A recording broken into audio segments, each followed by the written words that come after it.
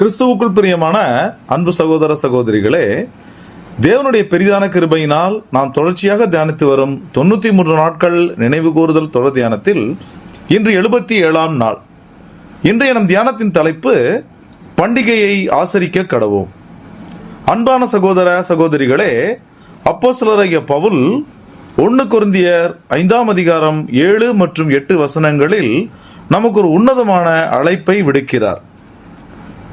ஆகையால் நீங்கள் புளிப்பில்லாதவர்கள் இருக்கிறபடியே புதிதாய் பிசைந்த மாவாய் இருக்கும்படிக்கு பழைய புளித்த மாவை புறம்பே கழித்து போடுங்கள்.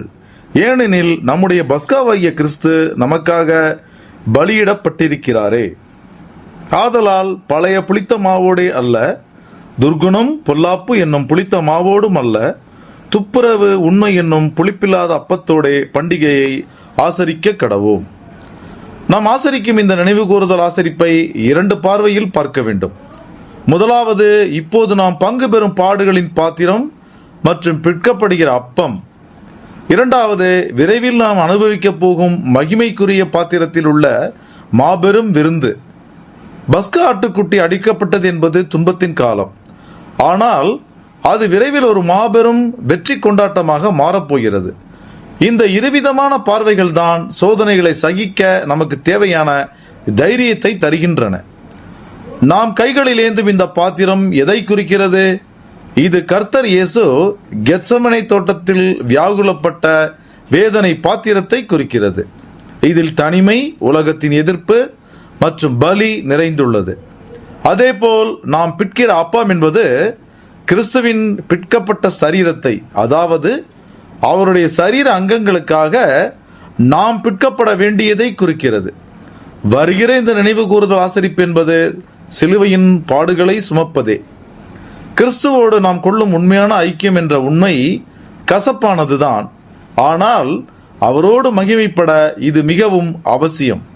இன்று நாம் பங்கெடுக்கும் கசப்பான பாத்திரம் தற்காலிகமானது. நாளை கிறிஸ்துவோடு பருகப் போகும் நவமான புதிய திராட்சை பழ ரசமும் ஆட்டுக்குட்டியானவரின் கல்யாண விருந்துமே நமக்கு நித்திய மகிமை. தற்போதைய காலத்தில் கெத்செமனேயின் கசப்பான பாத்திரம் போன்ற சோதனைகளை நாம் சந்தித்தாலும் வருங்கால தேவராஜ்யத்தில் நாம் மகிழ்ச்சியான நவமான திராட்சை பழரசத்தை பருகுவோம். இப்போது பாடுகள் நிறைந்த பிற்கப்பட்ட அப்பத்தை நாம் புசிக்கிறோம். ஆனால் வருங்கால மகிமையில் ஆட்டுக்குட்டியானவரின் கல்யாண விருந்து நமக்காக காத்திருக்கிறது.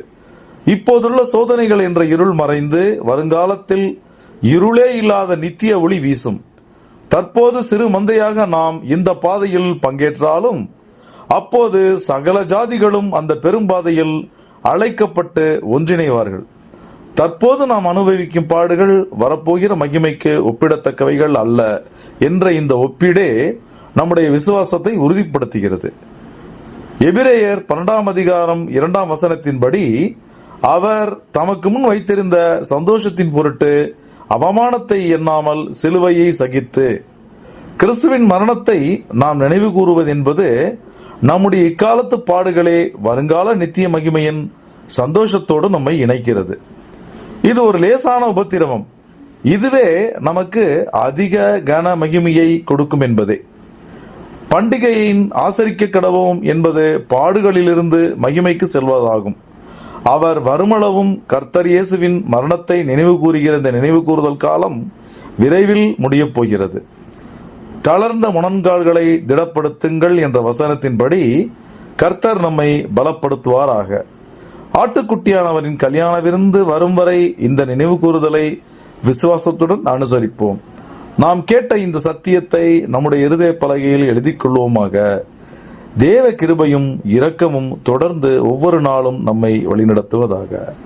அன்பு சகோதர சகோதரிகளே, நமது 93 நாட்கள் தொடர் தியானத்தில் நாளைய நமது தியானத்தின் தலைப்பு அடையாளங்களின் ஆழமான அர்த்தம்.